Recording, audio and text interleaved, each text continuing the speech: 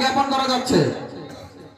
দুরূদ শরীফ পড়েন আল্লাহুম্মা সাল্লি আলা সাইয়্যিদিনা মাওলানা মুহাম্মদ ওয়া আলা আলি সাইয়্যিদিনা মাওলানা মুহাম্মদ। দুরূদ শরীফের দিকে নজর দিবেন। আর চতুর্দিকে যারা ঘুরতেছেন দয়া করে বসেন, না হয় সরে যান। যারা আসছেন বসেন, কোনো দিকে তাকাবেন না। দুরূদ শরীফ আসতে না জোরে? জোরে। আমি প্রথম আপনাদের থেকে ওয়াদা নেওয়াইছিলাম, দুরূদ শরীফ আসতে পড়বেন না জোরে পড়বেন? জোরে। দুরূদ শরীফ পড়লে লাভ না লস? লাভ। কি লাভ? অনেক লাভ। সুবহানাল্লাহ সুবহানাল্লাহ। হার কে বাসদ আমলে সল্লু মুদাম, আতশে দো জগ সাওয়াদ বড় হয় হারাম। আল্লাহু আকবার। আল্লামা বলেন, যেই ব্যক্তি আমার নবীর শানে দুরূদ শরীফ পড়বে, আমার আল্লাহ তার জন্য দুজকের আগুন হারাম করে দিবে। আমরা খুশি না? দুজকের আগুনে জ্বলতে চান না? এই দুজকের আগুনে জ্বলতে চান না? দুজকের আগুনে জ্বলতে না চাইলে আল্লাহ নবীর দুরূদ শরীফ বেশি বেশি পড়বেন। সুবহানাল্লাহ। কিতাবের মধ্যে দেখলাম নবীজি মসজিদে নববীতে বসে আছেন, এরই মধ্যে একজন সাহাবী দৌড়ে আয়েশা বলল, ইয়া রাসূলুল্লাহ, আমি একটা নিয়ত করছি। কি নিয়ত করছো? হুজুর, আরবের বাজারে খুব বড় একটা মাছ পাইছি, এই মাছটা কিনেই নিয়ত করছি আমি নবীজিরে মাছ ভাজি আর রুটি খাওয়াবো। আল্লাহ নবী বলতে, সাহাবী, তোমার এই দাওয়াত আমি কবুল করলাম। সুবহানাল্লাহ। সাহাবী একটা দৌড়ে বাড়ি গেলেন, বাড়ি যেয়ে বললেন, দিদি রে, আমার কপাল লাগিয়ে গেছে, রহমতের নবী আমার বাড়ি আসবে, মাছটা ভাজি করো আর রুটি ভাজো, রাসূল দুপুরে এসে আমার বাড়ি খাবে। উনি মাছ কুইটা দিয়ে বিবির সাথে সহযোগিতা কইরা উনি নবীর দরবারে বয়ান শুনতে চলে গেলেন। দুপুরের আগে আগে একবার বাড়ি এসে দেখতেছেন পাকের কি অবস্থা। আইসা দেখেন বিবি চুলার পারে বৈশা বৈশা কান্দে। বিবি, তুমি চুলার পারে বৈশা কান্দো কেন? স্বামী গো, সেই থেকে এই পর্যন্ত আমি আপ্রাণ চেষ্টা করতেছি মাছ ভাজি করার জন্য, কিন্তু আমার কড়াইয়ের তেল শেষ হয়ে যায়, কড়াই পুড়ে যায়, মাছের গায়ে কোনো তাপ লাগে না। সুবহানাল্লাহ। সাহাবী আশ্চর্য হয়ে গেল, আগুনের কাম হলো পূর্বে, কিন্তু আগুনের মধ্যে মাছ দিলে পুড়ে না কেন, ভাজি হয় না কেন? নিজে এক টুকরা মাছ দিলেন, তেল শেষ হয়ে গেল, কড়াই পুড়ে যায়, মাছের গায়ে কোনো তাপ লাগে না। আল্লাহ নবীর সাহাবী একটা দৌড় মারলেন, দরবারে নববীতে যায় চোখের পানি ছেড়ে দিয়ে বলেন, ইয়া রাসূলুল্লাহ, সর্বনাশ হয়ে গেছে। নবী বলেন, সাহাবী, কি সর্বনাশ? হুজুর, আমি যেই মাছটা আপনাকে খাওয়াবো ওই মাছটা কুইটা দিয়ে আইছি, আমার বিবি এটাকে ভাজবে, কিন্তু সেই থেকে চেষ্টা করে আগুন শেষ হয়ে যায়, কড়াই পুড়ে যায়, তেল পুড়ে যায়, শেষ হয়ে যায়, আগুনের গায়ে কোনো তাপ লাগে না। আল্লাহ নবী বলেন, সাহাবীরে, এক টুকরা মাছ আমার সামনে নিয়ে আসো। সাহাবী দৌড়িয়ে বাড়ি গেলেন, এক টুকরা মাছ আইনা আল্লাহ নবীর কাছে ধরলেন। নবীজি হাতের মধ্যে মাছের টুকরাটা নিয়ে চোখের পানিগুলি ছেড়ে দিয়ে বললেন, সাহাবীরে, আমি যা জানি তোমরা তা জানো না, আমি যা দেখি তোমরা তা দেখো না। এরে সাহাবী, শোনো, এই মাছ দুনিয়ার আগুন তো দূরের কথা, জাহান্নামের আগুনের মধ্যে যদি ছেড়ে দাও, আল্লাহর জাতের কসম, এই মাছের গায়ে কোনো আগুন লাগবে না।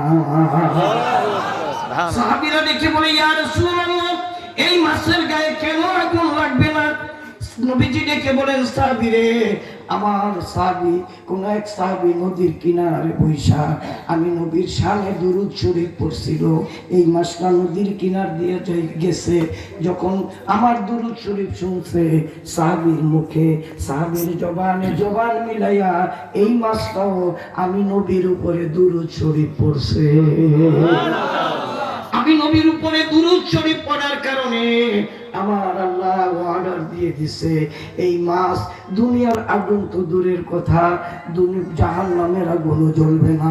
ঠিক তেমনি ভাবে আমার কোনো সাহাবী যদি আমি নবীর শানে দুরূদ শরীফ পড়ে, ওই আমার কোনো উম্মত যদি আমার শানে দুরূদ শরীফ পড়ে, আমার ওই উম্মতকেও আল্লাহ জাহান্নামের আগুনে জ্বালাবে না। আল্লাহুম্মা সাল্লি سيدنا مولانا محمد وعلى آل سيدنا को দিও আল্লাহ গুনাহ হইতে বাঁচিবার আমল করিতে দিও সুন্নত নবী মুস্তাফার। আল্লাহুম্মা সাল্লি আলা সাইয়্যিদিনা মাওলানা মুহাম্মদ ওয়া আলা। জোরে না আসতে চিৎকার দিয়ে বলুন আলহামদুলিল্লাহ। যে আল্লাহ দয়া করে মায়া করে আজকের এই মাহফিল আমাদেরকে দান করলেন, শত কোটি দরুদ ও সালাম ওই নবীজির পবিত্র রওজা পাকে, যিনি যদি পৃথিবীতে না আসতেন আল্লাহ কুল কায়নাত সৃষ্টি করতেন না। সেই নবীজির পবিত্র রওজা পাকে উপস্থিত আজকের মাহফিলের সম্মানিত নেতৃবৃন্দ, প্রধান অতিথি সহ সর্বস্তরের নেতৃবৃন্দ, আবারও আমার সালাম নেন। আসসালামু আলাইকুম ওয়া রাহমাতুল্লাহি ওয়া বারাকাতুহু। আমি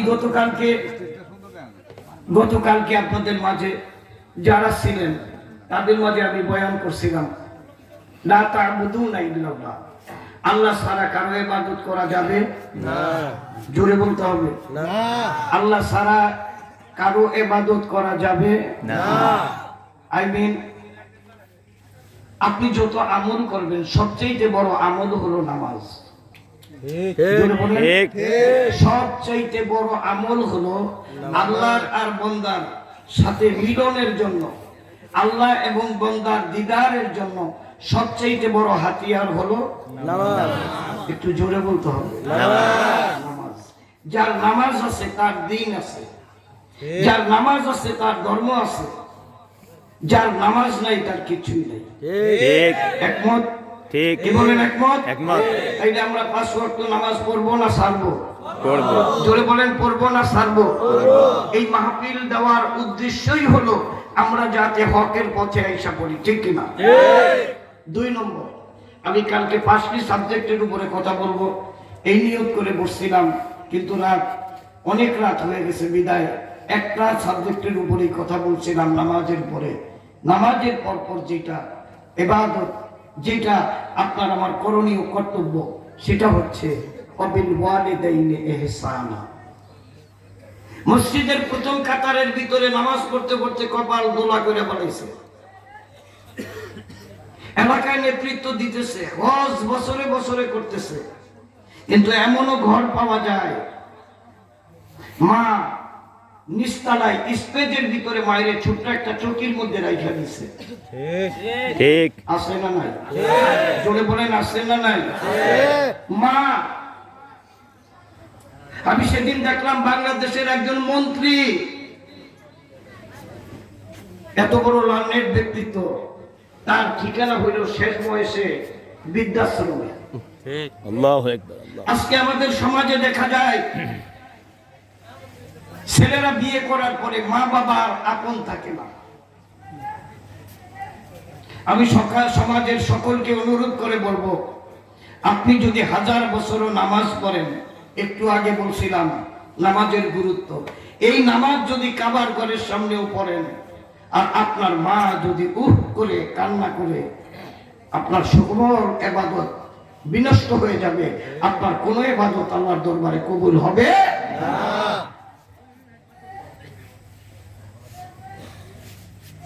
কিতাবের মধ্যে দেখলাম আল্লাহ নবীর সাহাবী হযরত আবু হুরায়রা রাদিয়াল্লাহু তাআলা গভীর রাত আল্লাহ নবীর কদমে আয়েশা সালাম দিয়ে বললেন, ইয়া রাসূলুল্লাহ, নবী বলেন, আবু হুরায়রা তুমি কাঁদতেছো কেন? এই গভীর রাত্রে কে তোমারে মারলো? আবু হুরায়রা বলেন, হুজুর আমারে কেউ মারে নাই। হুজুর গো, আমি একটা বিপদে পড়ে আসছি। কি বিপদ নিয়ে আসছো? ইয়া রাসূলুল্লাহ, আমি আপনার কাছে কালেমা পড়ে মুসলমান হয়েছি। প্রত্যেক দিন বয়ান শুনে আমি বাড়ি যাইতাম। আমার মা কোনোদিন আমারে জিজ্ঞাসা করে নাই কোত্থেকে আসছো, কোথায় গেছো, কিছু জিজ্ঞাসা করে নাই। আর আমিও নিজ থেকে মাকে বলি নাই আমি মুসলমান হয়ে গেছি।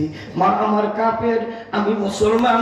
আজকে রাত্রে যখন আপনার দরবার থেকে আমি বাড়ি গেলাম, মা আমাকে জিজ্ঞাসা করলো, এত রাত্রে কোত্থেকে আসছো? আমি মুসলমান হতে পারি না, আল্লাহ নবীর সাহাবী। আমি সত্য বলে ফেললাম, মাগো আমি বিশ্ব নবীর কদমে ইমানের কালেমা পড়ে মুসলমান হয়ে গেছি।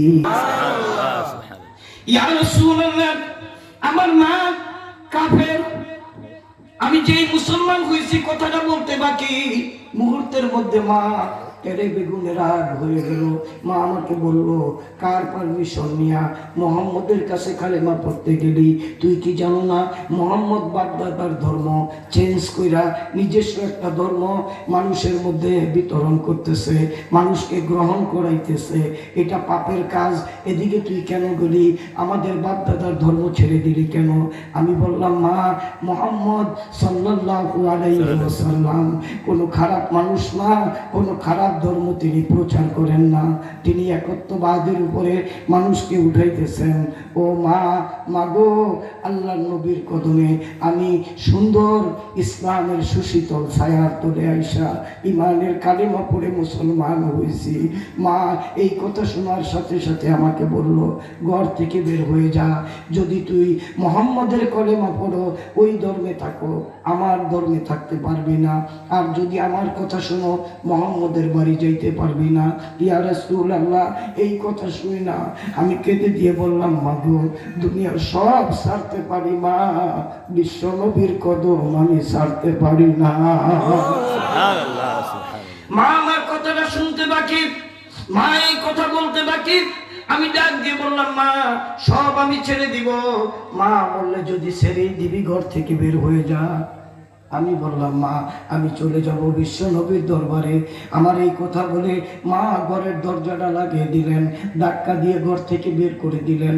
আমি পিছন দিকে তাকিয়ে দেখি আমার মায়ের দরজা আমার জন্য বন্ধ। সামনের দিকে তাকিয়ে দেখি আল্লাহ নবীর দরজাটা আমার জন্য খোলা আছে। ইয়া রাসূলুল্লাহ, আমি দৌড়াইতে দৌড়াইতে আপনার কদমে আসছি। নবীজি গো, আমি আপনার কাছে এই নালিশটা দিতে আইলাম। নবীজি ডেকে বলে, এরে আবু হুরায়রা, এমন একটা বিচার নিয়ে তুমি আইছো, দুনিয়ার সব বিচার আমি করতে পারি, মার কোনো বিচার করতে পারি না। আবু হুরায়রা কেঁদে দিয়ে বলে, ইয়া রাসূলুল্লাহ, আমি আমার মায়ের বিরুদ্ধে বিচার চাইতে আসি নাই, আমি আপনার কাছে নালিশটা করলাম এই জন্য, আপনি আল্লাহর নবী, আপনার দোয়া আল্লাহর দরবারে কবুল হয়ে যায়। আপনি যদি আমার মার হেদায়েতের জন্য দোয়া করেন, ইয়া রাসূলুল্লাহ, আমার মা যদি মুসলমান হয়ে যায়, আমার আর কোনো দুঃখ থাকবে না, বাধা থাকবে না। নবীজি বলেন, আবু হুরায়রা কথাটা উত্তম বলছো, বসো তাইলে আমি দোয়া করি। নবী দোয়া করেন, আল্লাহুম্মা দি উম্মে আবি হুরায়রা, আল্লাহ তুমি আবু হুরায়রার মারে হেদায়েত দিয়ে দাও। কথাটা বলতে বাকি, মুহূর্তের মধ্যে আবু হুরায়রা পাশেতে দৌড় মারলো। নবীজির নিয়ম ছিল যে কোনো দোয়া 2-3 বার করতেন, একবার করতে বাকি আবু হুরায়রা দৌড় মারছে। সাহাবীরা দেখতেছে এই গভীর রাত্রে আবু হুরায়রা একা দৌড়ায়। দৌড়ে যা জামা টাইনা ধরলো, ভাই আপনাকে কেউ কি দৌড়াইতেছে নাকি? না, আপনি কোনো বিপদে পড়া দৌড়াইতেছেন? তাও না। তাইলে আপনি কেন এইভাবে দৌড়াইতে দৌড়াইতে কোথায় যাইতেছেন? আবু হুরায়রা বলেন, আল্লাহর রাস্তে আমার জামাটা ছাইরা দেন, আমি দৌড়িয়া বাড়ি যাব। তার কারণ একটু আগে আল্লাহর নবী আমার মার ব্যাপারে দোয়া করছে, আমি দৌড়াইয়া দেখতে চাই আমি আগে বাড়ি পুষলাম না আমার নবীর দোয়াটা আমাকে বাড়ি আগে গেছে। আবু হুরায়রা রাদিয়াল্লাহু তাআলা আনহু বলেন, সাহাবীরা ছেড়ে দিল, আমি দৌড়ে গেলাম, ঘরের দরজায় যায় ডাক দিলাম, মা। কি বললো? জোরে কর, মা। মা কয়ে ডাক দিলাম। ভিতর থেকে আওয়াজ আসছে, বাজান আমি আসতেছি। সুবহানাল্লাহ, সুবহানাল্লাহ। যেই মা ঘাট ধাক্কা দিয়ে ঘর থেকে বের করে দিল, যেই মা আমাকে আর ঘরে ঢুকতে দিবে না, নবীর দোয়ার পরে, সুবহানাল্লাহ কইতেন, নবীজির দোয়ার বরকতে আমার মা বলতেছে, বাজান আসতেছি। মা একটু দেরি করলো, দরজাটা খুলে দিল। আমি চেয়ে দেখি আমার বুড়ি মায়ের পাকা চুলের গোড়া বেয়ে বেয়ে পানি পড়ে, কাপড়টা কোনো মতে করে পড়া। আমি কাছে গেলাম, মা তুমি এই রাত্রে গোসল করছো মনে হয়? কই, হ্যাঁ। কেন গোসল করছো? মা চোখের পানি ছেড়ে দিয়ে কয়, কেন আমি কি জানি না, মুসলমান হইতে হইলে আগে গোসল করতে হবে। মা তুমি ইমানের কালেমা পড়বে? মা দেখে বলে ঘরে থাকবো না, চল এক্ষুনি তোরে নিয়ে নবীর দরবারে যায়, আমি ইমানের কালেমা পড়বো। আমি বললাম, মা এত পরিবর্তন, একটু আগে তুই আমারে ধাক্কা দিয়ে বের করে দিলি। হ্যাঁ, তোরে ধাক্কা দিয়ে বের করে দেওয়ার পর তুই যখন চলে গেলি আমার কলিজার ভিতরে আগুন লাগিয়ে গেছে। আমি মনে মনে ভাবলাম, এ কেমন ধর্ম, যেই ধর্মের কারণে আমার যুবক বলা, আমি ধাক্কা দিলাম আমার চোখের দিকেও তাকাইলো না, আমি ধাক্কা দিলাম আমাকে একটা কটু বাক্য করলো না। কিন্তু এত সুন্দর ধর্ম যেহেতু মোহাম্মদ আমার ছেলেরে শিখাইছে, আমার ছেলে আবার যখন ঘুইরা বাড়ি আসবে আমি গোসল হইয়া রেডি থাকবো। ছেলের ঘরে ঢুকানোর আগে ছেলের হাত ধরে আমি চলে যাব বিশ্ব নবীর দরবারে, আমিও ইমানের কালেমা পড়ে নিব, লা ইলাহা ইল্লাল্লাহু মুহাম্মাদুর রাসূলুল্লাহ, লা ইলাহা ইল্লাল্লাহ, লা ইলাহা জোরে লা ইলাহা ইল্লাল্লাহ মুহাম্মদ রাসূলুল্লাহ, লা ইলাহা ইল্লাল্লাহ, লা ইলাহা ইল্লাল্লাহ জোরে লা ইলাহা ইল্লাল্লাহ মুহাম্মদ রাসূলুল্লাহ। বহু দূরে মদিনা আমরা কেমনে যাব জানি না, দয়া করো দয়াল আল্লাহ, দয়া করে দয়াল আল্লাহ পুরা মনের বাসনা, লা ইলাহা ইল্লাল্লাহ জোরে লা ইলাহা ইল্লাল্লাহ হকে লা ইলাহা মুহাম্মদ রাসূলুল্লাহ সাল্লাল্লাহু নবী দোয়া করলেন ইমানের কালেমা পড়ে। আবু হুরায়রা রাদিয়াল্লাহু তাআলা আনহুর মা মুসলমান হয়ে গেল, জোরে বলেন সুবহানাল্লাহ। মায়ের বিচার নবীও করতে পারবে না।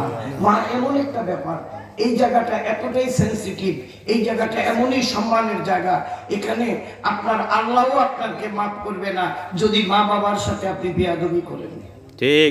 আজকে আমাদের সমাজে এই বেয়াদবিটা এতটাই বেশি আকার ধারণ করছে যে বিয়ে করার পরে, সেদিন আমি ফেসবুকে দেখলাম একটা বুড়ি মহিলা, 5 তলা বাড়ি, বাড়িটার সামনে ঘুরতেছে, বাড়ির দিকে তাকাইতেছে, আর কি বলতেছে শুনবেন? দেখতেছি ওই ইয়েতে দেখতেছি, কি যেন ফেসবুকে দেখতেছি, আহারে সন্তান, এই বাড়িতে খাটের জায়গা হলো, কুকুরের জায়গা হলো, কলসির জায়গা হলো, এই বাড়িতে সবের জন্য জায়গা হইল, কিন্তু আমি মায়ের জায়গা হলো না। আল্লাহ আল্লাহ আল্লাহ। আমার মাকে ঘর থেকে পুত্রবধূ ধাক্কা দিয়ে বের করে দিচ্ছে। আল্লাহ যার জ্বালায় যে জলের বন্ধু, যারা এই বিপদে আছে, বুড়া মানুষগুলি তারাই বুঝতে পারে, একটু থেকে একটু বেশি কথা হইলে, একটু থেকে একটু বেশি কথা হইলে বাবাকে ধমক দেয়, মাকে ধমক দেয়, ঠিক কিনা? অথচ তুমি কত কথা বলছো। একটা বইয়ের মধ্যে সেদিন পড়তে যেয়ে দেখলাম, আরিফ আজাদের একটা বই, মা মা মা এরপরে বাবা।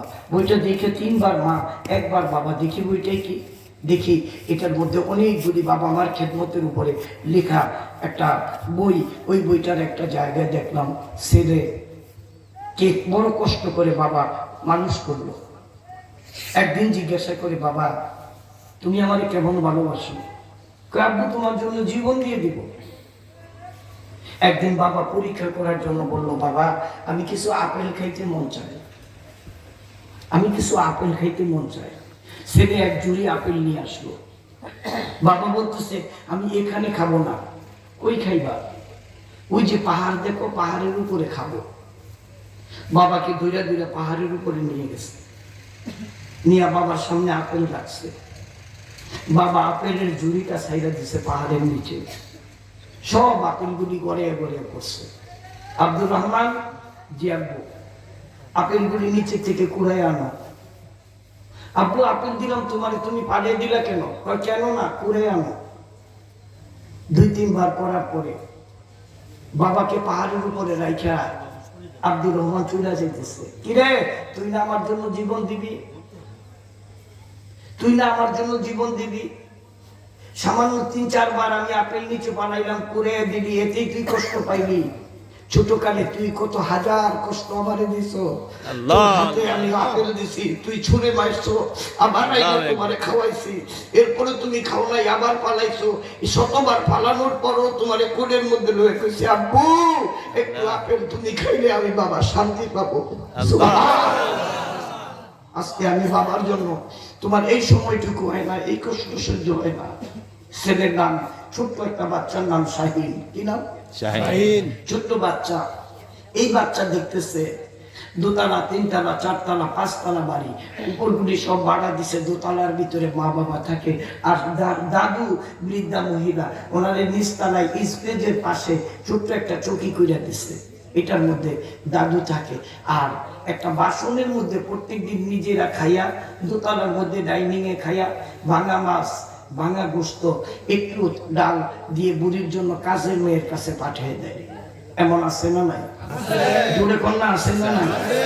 কাজের মেয়ের জন্য পাঠিয়ে দেয়। শাহিন স্কুলে যায়, তাকে দেখে দাদু ওই প্লেটের ওই ভাঙা বাসনের ভাতগুলা খায়। মা চলে যায় অফিসে, বাবা চলে যায় বিজনেসে।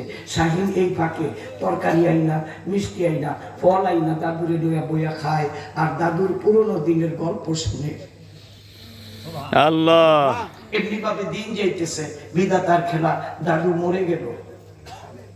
আমাদের দেশে একটা নিয়ম আছে, মরে গেলে বাসন বা বিভিন্ন বর্ণে করে কবরের মাটি উঠায়, আবার ওইটা কবরে রাইখা দেয়। এটা কোনো নিয়ম নীতি না, সওয়াবের কাজ না, এটা মুর্দারের কবরের উপরে রাইখা দেয়। শাহিন 3 দিন পরে আর সহ্য করতে পারে না, দাদু তুই নাই, কে আমার নিয়ে গল্প করবে?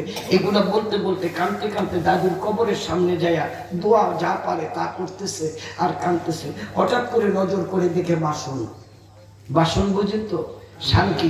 শান্তিটা দেয় যে দাদুর কবরের মাথার কাছে। আস্তে করে শান্তিটা নিয়ে বাসায় এটা ধুইয়া নিজের বালিশের নিচে রেখে দিছে। আমার দাদু এই বাসনে কইরেই তো খানা খাইতো, এটা রেখে দিছে বাসনটা নিচে। 3-4 দিন পরে মা বিছনা যাতে আইসা বলতেছে, শাহিন এই বাসন কই পাইলি? কয়, মা এটা আমার দাদুর বাসন। আরে তোর দাদু তো মারা গেছে, মরা মানুষের এটা আনলি কেন? শাহিন উত্তর দেয়, মা মরা মানুষের দাঁড়ি নাই, এটা আমার দাদুর বাসনটা নিয়েছি, স্মৃতি হিসাবে দাদুর কথা মনে উঠলে আমি এই বাসনটার দিকে তাকাবো। মা ডাক দিয়ে বলতেছে, এখন এই বাসন কবরে রেখে। শাহিন বাসনটারে বুকের মধ্যে চাইপা ধরছে। আমার জীবন যাবে, এই বাসন আমি কোথাও যেতে দেব না, বাসন ভাঙতে দিব না। শাহিনের মা রাগ করে ঘাড়ে ধরে বলতেছে, এই বাসন পালিয়ে দে। আমি বাসন পালাবো না। কেন পালাবি না? শাহিন 2 চোখের পানি ছেড়ে দিয়ে বলে, না ও না, আমার বুঝবার পরের থেকে আমি দেখছি তোরা এই বাসনে কইরা তুই আমার দাদুরে বাদ দিছো। আমি এই জন্য বাসনটা নিয়ে আইছি, যত্ন করে এটা রাইখা দিনু। তুই যেদিন দাদুর মতো বুড়ি হবি, তোরে আমি এই বাসনে খাবার দিনু। আল্লাহু আকবার, আল্লাহ। আজকে পর্দার আড়ালের মা বোনদেরকে বলবো, বাগো আপনি আপনার শ্বশুর শাশুড়ির সাথে যেমন ব্যবহার করবেন, আপনি যেদিন শাশুড়ি হবেন আপনার সাথেও ঠিক তেমনি ব্যবহার করবে, ঠিক কিনা? সন্তানদেরকে আমি বলবো, যারা যুবক মা বাবা দুজনকে পাইছো, জান্নাত তোমার হাতের কাছে, জান্নাত তোমার হাতের কাছে। কিতাবে দেখলাম মুসা আলাইহিস সালাম আল্লাহকে প্রশ্ন করতেছে, আল্লাহ আমার সাথে জান্নাতে কারে দিবেন? উনি ভিভিআইপি নবী এবং রাসূল, আমার সাথে কারে জান্নাত দিবেন? আল্লাহ উত্তর দিলেন, মুসা তোমার সাথে একজন কসাইকে দিব। কারে? কারে? মুসা আলাইহিস সালাম গরম না নরম? গরম কথা কয় না। গরম কেমন গরম? খুব গরম। কিতাবের মধ্যে দেখলাম 40 দিনের শিশু মুসা নবী ফেরাউনের কোলে লুটে গেছে, এমন জোরে এক থাবড়া মারছে ফেরাউনের কান পাইটা রক্ত পড়তেছে, পুরো এক সাইড প্যারালাইজড হয়ে গেছে। আল্লাহ আসিয়ারে বলতেছে, ধরো তুমি ওরে ধরে, এইটাই আমার দুশ্মন। আসিয়া কই, দূর, বাজে কথা কইেন না। কয় লাঠির থাপড়টা তো আমি খেয়েছি, তুই খেয়েছো। এক থাপ্পড়ে কিপ্তিরে মাইরা ফলাইছে। মুসা খুব গরম নবী, উনি আল্লাহর পক্ষ থেকে এই খবর শোনার পরে যে আমার সাথে কসাই থাকবে, আল্লাহ এটা কেমন তোর কথা বল, আমি একজন ডাবল ভিআইপি নবী এবং রাসূল, আমার লোকে একটা পদমর্যাদার লোক দেন, একটা কসাইরে দিবেন। মুসা আলাইহিস সালামকে আল্লাহ বলতেছেন, আপনার কথা আমি শুনলাম, তবে আপনাকে একটা পরীক্ষা করতে দিব। আপনি মুসা যান ওই মিশরের কসাইখানায়, আগামী দিন সকালবেলা একটা আলী নামে দোকান আছে, আলীর দোকান গোস্তের দোকান, ওই আলী গোস্ত বিক্রি করবে সকাল থেকে রাত পর্যন্ত, ওর পিছনে পিছনে ফলো করবেন ও কি করে। তারপরে তুই পাহাড়ে আসলে আমি আপনাকে যা বলবেন আমি তাই মানব, আমি আপনার কথা পূরণ করে দিব। মুসা আলাইহিস সালাম পরের দিন সকালবেলা আলীর দোকানের সামনে যায়, কে আলী? ও এইটাই আলী। আলীর দোকান বরাবর দূরে দাঁড়িয়ে তাকে আছে। আলী কি করে? গোস্ত বিক্রি করে। গোস্ত বিক্রি করে মাঝে মধ্যে ছোট্ট ছোট্ট গোস্তের টুকরা একটা থলির মধ্যে নেয়। সুবহানাল্লাহ। সারাদিন গোস্ত বিক্রি করা শেষ হয়ে গেল, পরন্ত বেলায় গোস্তের গাঠুরিটা কাঁধের মধ্যে লইয়া আলী দৌড়াইতেছে। দৌড়াইতে দৌড়াইতে দৌড়াইতে মুসা আলাইহিস সালামও পিছে পিছে দৌড়ায়, একটা পাহাড়ি এলাকার মধ্যে চলে গেল। একটা ছোট্ট ঝুপড়ি, মুসা আলাইহিস সালাম ঝুপড়ির পাশে বেড়ার পাশে দাঁড়ায় দেখতেছে কি করতেছে। দেখতেছে যুবক গোস্তগুলি, ওই যে থলির মধ্যে নরম নরম গোস্ত রয়েছে, গোস্তগুলি সলিড গোস্তগুলি বোনা করলো, রুটি ভাজলো, এই দুটা রাইখা এরপরে উপর থেকে মাচার উপর থেকে একটা বস্তা বের করলো। মুসা আলাইহিস সালাম উকি মাইরা দেখতেছে বস্তা, বস্তার মধ্যে আবার কি, চেয়ে দেখতেছে আস্তে আস্তে আস্তে করে বাহির করতেছে আস্ত একটা মানুষ। আরো জোরে বলুন না সুবহানাল্লাহ। আস্তে একটা মানুষ বাহির করছে, হাত লাড়তে পারে না, পা লাড়তে পারে না, দাঁত নাই, সম্পূর্ণ প্যারালাইজ। এবার মুসা আলাইহিস সালাম দেখতেছেন আলী, ওনাকে নিয়ে যমুনার পাশে গেল, গোসল করাইল, মুইসা কাপড় পরে আর সুন্দর করে এবার খাটলের উপরে রাইখা মাথাটা নিজের রানের মধ্যে রাখলো, রাইখা দাঁত নাই তো গোস্ত রুটিগুলি চাবাইয়া চাবাইয়া মুখের মধ্যে দেয়। আল্লাহ আল্লাহ। আবারও দেয়, মাঝে মধ্যে পানি খাওয়ায়। অনেকক্ষণ পরে মা তোর পেট বসছে, মা হাত দিয়ে বলতেছে আমার পেট পড়ে গেছে, এবার তুই খা। আগে মাকে পেট ভরে খাওয়াই, বালিশের উপরে মাথাটা দিয়া আদি আবার পুনরায় মায়ের হুকুমে গোস্ত রুটি লইয়া, রুটি আর গোস্ত এক কইরা মুখের মধ্যে নেবে, মুখ আর প্লেটের মাঝখানেই মায় ডাক দিল আলী। আদি হাতের খাবারটা পাতে রাইখা হাতটারে মুইসা কই, মা অন্য কিছুর প্রয়োজন আছে কিনা বল। ডাক দিয়ে বলে, আলী রে, আমি চেয়ে চেয়ে দেখলাম সারাদিন গোস্ত বিক্রি কইরা আইসা তুই গোস্ত বোনা করলি, রুটি ভাজলি, আমারে গোসল করাইয়া খাওয়াইলি, বহুদিন যাবত তুই তোর মায়ের এত সুন্দর খেদমত করো। আমার বয়স হয়েছে, জানি না কোন দিন আইসা দেখবি আমি বইটা গেছি। আমি কেন যেন মন চায় এই মুহূর্তে তোর জন্য একটা দোয়া করতে মন চায়। আমার হাত দুইটা উপরের দিকে তুইলা ধর। আলী হাত দুইটা উপরে তুইলা ধরছে। মা কেঁদে কেঁদে বলে, আল্লাহ তোমার আল্লাহ। শাহী দরবারে দরখাস্ত দিলাম গো। আল্লাহ। আমার আলীর খেদমতে আমি মা এতটা খুশি হয়েছি আল্লাহ, মার দোয়া তুমি কবুল করো। তোমার দরবারে আমার দরখাস্ত, এই জমানার নবী মুসা আলাইহিস সালামের সাথে আমার আলীর জান্নাত দিয়া দিও। সুবহানাল্লাহ, আল্লাহু আকবার। আরো জোরে বলুন সুবহানাল্লাহ। মুসা আলাইহিস সালাম কোথায়? আল্লাহ। কোথায়? ঘরের বেড়ার পাশে দাঁড়ানো। মুসা আলাইহিস সালাম আর কোনো কথা বললো না, ওখান থেকে দৌড়ায়, বুঝতেও দিল না যে উনি এখানে ছিলেন। উনি শুনছেন মায়ের দোয়া, একটা দৌড় মারছে, দৌড়াইতে দৌড়াইতে তোর পাহাড়ে উঠছে। আল্লাহ ডেকে বলে, মুসা কান্দো কেন? মুসা আলাইহিস সালাম বলেন, মালিক রে, গতকালকে বলছিলাম আমার সাথে কসাইরে কিভাবে জান্নাতে দিলা, ও একটা কসাই। আর আজকে যেই দৃশ্য দেখলাম, আমি নবী হয়ে তোমার দরবারে দরখাস্ত দিলাম, আমাকে তুমি জান্নাত দিবা, আমি আমার জান্নাতে ওই আলীকে ছাড়া ঢুকবো না। সুবহানাল্লাহ। মায়ের খেদমত দরকার আছে না নাই? তাই আল্লাহ কোরআন শরীফে বলেন, বিসমিল্লাহির রাহমানির রাহিম ওয়া বিল ওয়ালিদাইনি ইহসানা। মা বাবার প্রতি তোমরা ইহসান করো, মা বাবাকে ভালোবাসো। মা বাবাকে ভালোবাসলে পরে তোমার দরজা ক্লিয়ার হয়ে যাবে। আমার ভাইরা, মা এমন একটা বস্তু যার সাথে পৃথিবীর কারো কোনো তুলনা নাই। দুনিয়ার সব মানুষের ভালোবাসা ব্রেনে, আপনার বিবির ভালোবাসা ব্রেনে, দুনিয়ার সব মানুষের ভালোবাসা থাকে ব্রেনে, মায়ের ভালোবাসা থাকে কলিজায়। আরেকটু জোরে করুন না, মার ভালোবাসা কলিজায় থাকে। আরেক তাদের মধ্যে দেখলাম মুসা আলাইহিস সালাম ওই আল্লাহকে জিজ্ঞাসা করছিলেন, আল্লাহ তুমি তোমার বান্দাকে কেমন ভালোবাসো?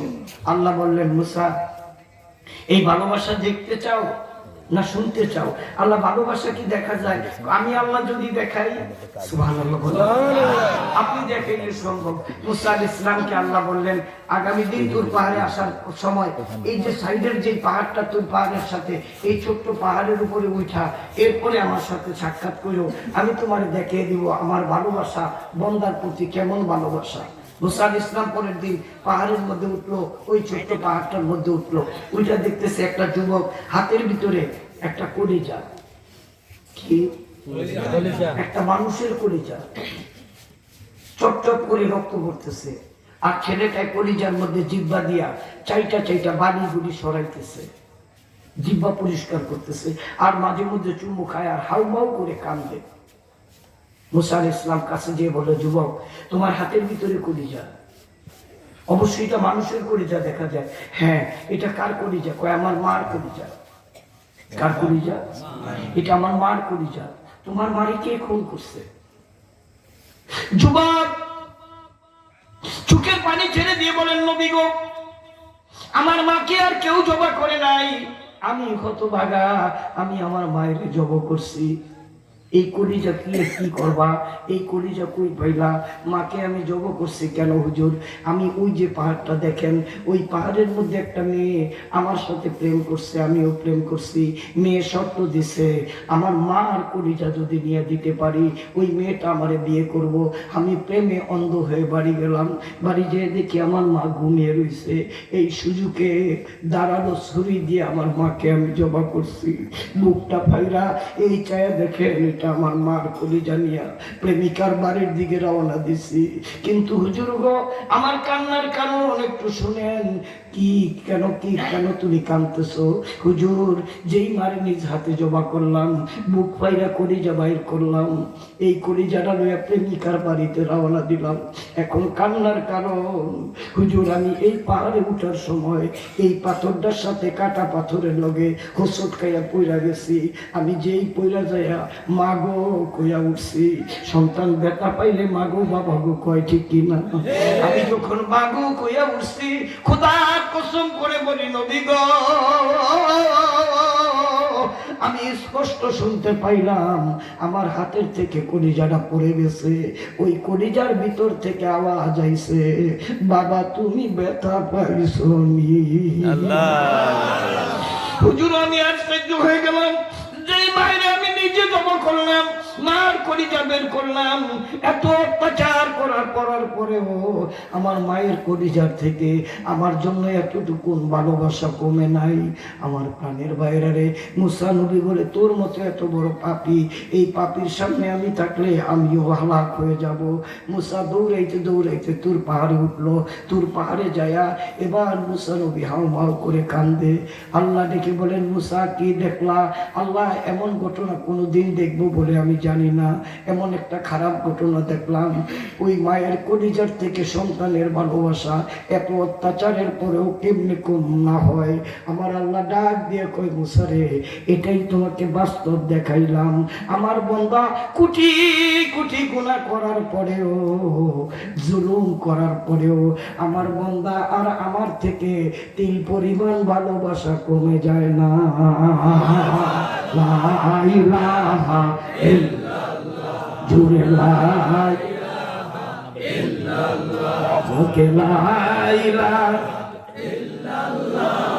লা ইলাহা ইল্লাল্লাহ, লা ইলাহা ইল্লাল্লাহ, লা মুহাম্মাদুর রাসূলুল্লাহ, আল্লাহ ছাড়া মাবুদ নাই, রাসূল বিনে উপায় নাই। সেই রাসূলকে পাইতে হইলে ওলি আল্লাহর দোয়া চাই। লা ইলাহা ইল্লাল্লাহ, লা ইলাহা ইল্লাল্লাহ, লা ইলাহা ইল্লাল্লাহ, লা ইলাহা ইল্লাল্লাহ, লা ইলাহা মুহাম্মাদুর রাসূলুল্লাহ সাল্লাল্লাহু আলাইহি ওয়াসাল্লাম। জোরে বলুন সাল্লাল্লাহু আলাইহি ওয়াসাল্লাম। আমরা বাবা মার খেদমত চাই কি চাই না? চাই। আমি প্রায় মাহফিলে বলে থাকি, আল্লাহর ইবাদত বলেন। আল্লাহর ইবাদত কি? আল্লাহর ইবাদত, আল্লাহর ইবাদত, নবীজির মহব্বত, নবীজির মহব্বত, মা বাবার খেদমত, মা বাবার খিদমত, ওলি আল্লাহর সোহবত। পরিবারের সোহবত। এই চারটা জিনিস যার থাকবে তার জন্য আল্লাহর জান্নাতে যেতে কোনো বাধা থাকবে না। যদি বলেন থাকবে না, আমার মায়ের পায়ের নিচে আমার জান্নাত। আমি সেদিন সিলেটে মাহফিল করতে যাই, বললাম যে আমার কাছে দুটা তাবিজ আছে, যদি কেউ নিতে চাও তোমার সব দুঃখ দূর হবে। অনেকে দাঁড়িয়ে গেল তাবিজের কথা শুনে। পরে আমি বললাম, একটা তাবিজ হলো তোমার মা, আল্লাহু আকবার, আরেকটা তাবিজ হলো তোমার বাবা। আজকে যদি এই মুহূর্তে তুমি তোমার বাবা মাকে রাজি করাইতে পারো, আর এরপরে যদি তুমি দোয়া করো, আল্লাহ আমার মায়ের খেদমতের বিনিময়ে তুই আমার কিছু দে, তোমার কঠিন রোগ ভালো হয়ে যাবে, তোমার বিদেশ কনফার্ম হয়ে যাবে, তোমার ব্যবসা বাণিজ্যে বরকত হবে। আর যদি বাবা মাকে কষ্ট দাও, খোদার কসম তোমার লড়ার দশা জীবনেও ছাড়বে না। ঠিক না? ঠিক না? আমরা বাবা মার খেদমত করতে চাই কি চাই না? বাবা মার খেদমত করাটা ফরজ। সুবহানাল্লাহ বলে। এখন মা নাই, বাবা নাই, মাসুম ভাই চাইলে আমরা কিভাবে খেদমত করব? আল্লাহ নিজে বলে দিতেছে, তোর বাপ মা নাই, চিন্তা করিস না, খেদমতের সিস্টেম আমি আল্লাহ চালু করে দিলাম। বিসমিল্লাহির রাহমানির রাহিম, রব্বির হামহুমা কামা রব্বায়ানি সগীরা, রব্বির হামহুমা কামা রব্বায়ানি সগীরা। আপনি দোয়া করবেন। হাদিস শরীফে দেখলাম, মানজার কাবরাম বিওয়ালিদাই মিন কুল্লি ইয়াউমিন জুমআ গুফিরা লাহু মিন যামবি। যেই ব্যক্তি মা আর বাবার জন্য প্রতি শুক্রবার তাদের কবর জিয়ারত করবে, সুবহানাল্লাহ সুবহানাল্লাহ সুবহানাল্লাহ, মা আর বাবার কবর জিয়ারত করবে, গত এক সপ্তাহ পর্যন্ত যত গুনাহ করছেন গুফিরা লাহু মিন যামবি, আল্লাহ তার সব গুনাহ মাফ করে দিবে। সুবহানাল্লাহ। সাধারণ জিনিস নয়। মা বাবার মতো এত বড় বন্ধু, এত বড় বান্ধব, এত বড় সম্মানের অধিকারী পৃথিবীতে কেউ নাই। শ্বশুর আসলে কালিয়া কোপ্তা বিরিয়ানি খাওয়ান 1000 বার জায়েজ আছে, কিন্তু বাপেরে মায়েরে না খাওয়াইয়া হেগরে খাওয়াইলে এই খাওয়ান হারাম হয়ে যাবে।